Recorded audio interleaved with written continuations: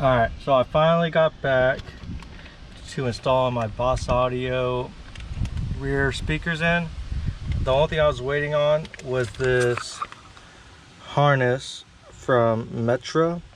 This is the part number and this is the package.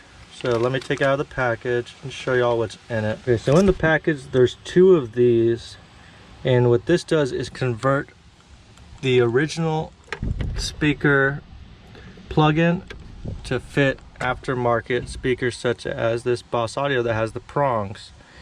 This is the Boss Chaos X Extreme 225 watt power.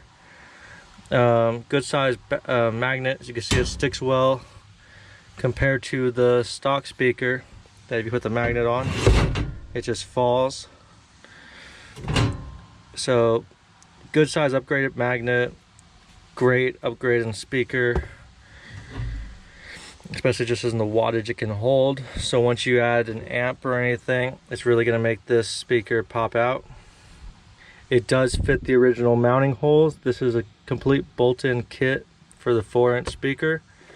So I am doing this by myself, so I have to put the camera down while I plug this in, and I'll show you what it looks like when it's done. All right, so it actually went in pretty easy, but this is the side that you would go in, and then you just pop it.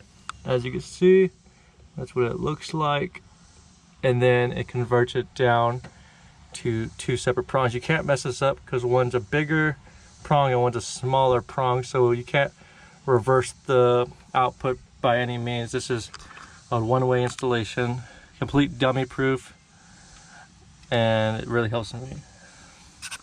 Alright, so I got the plugins in. These did take quite a bit of force to get them to slide on, so be careful when doing that you don't bend or break the tabs. They're just soldered on, so just be careful. White goes to positive, black goes to negative, and then what you want to do after that's all installed, you want to tuck the wiring back into that box there and start running your screws. Alright, so one quick thing I noticed, the screws are going in, but this tab is going to be a problem as far as the plastic piece. So what we're going to do is just keep bending this tab back and forth until it shears off, and then reinstall it. Alright, so this is the tab that's causing us problems. You don't need any tools for this, just get your thumb and just start bending it back and forth. You can hear it starting to click, start seeing shiny metal. And just keep doing that like you would a soda can lid, and there you go. Clean, broken off, no tools needed, no worry about damaging the speaker. Now we can go back in with the install.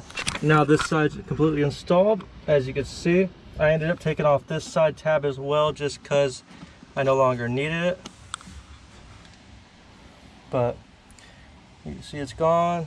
Top tab and bottom tab all fit, no drilling required, and it fits perfectly. Alright, now we're doing the second side. It's the exact same thing, no difference at all.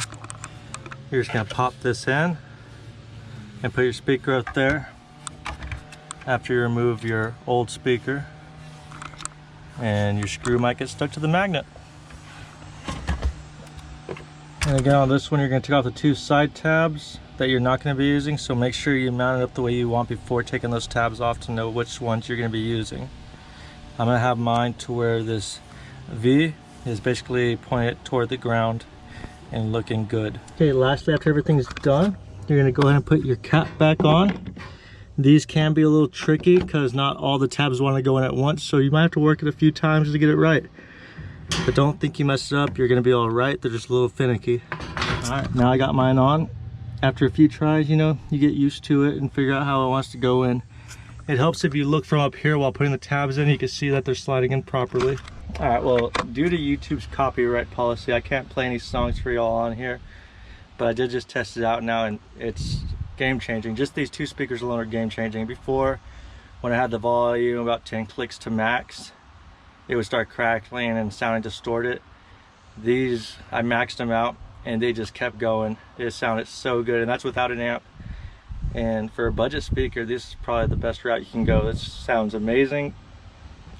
10-minute install, and it looks great. So let me know what y'all think. If you have better solutions, leave a comment down below, and I'll also leave a link to these speakers in the description. Have a great day.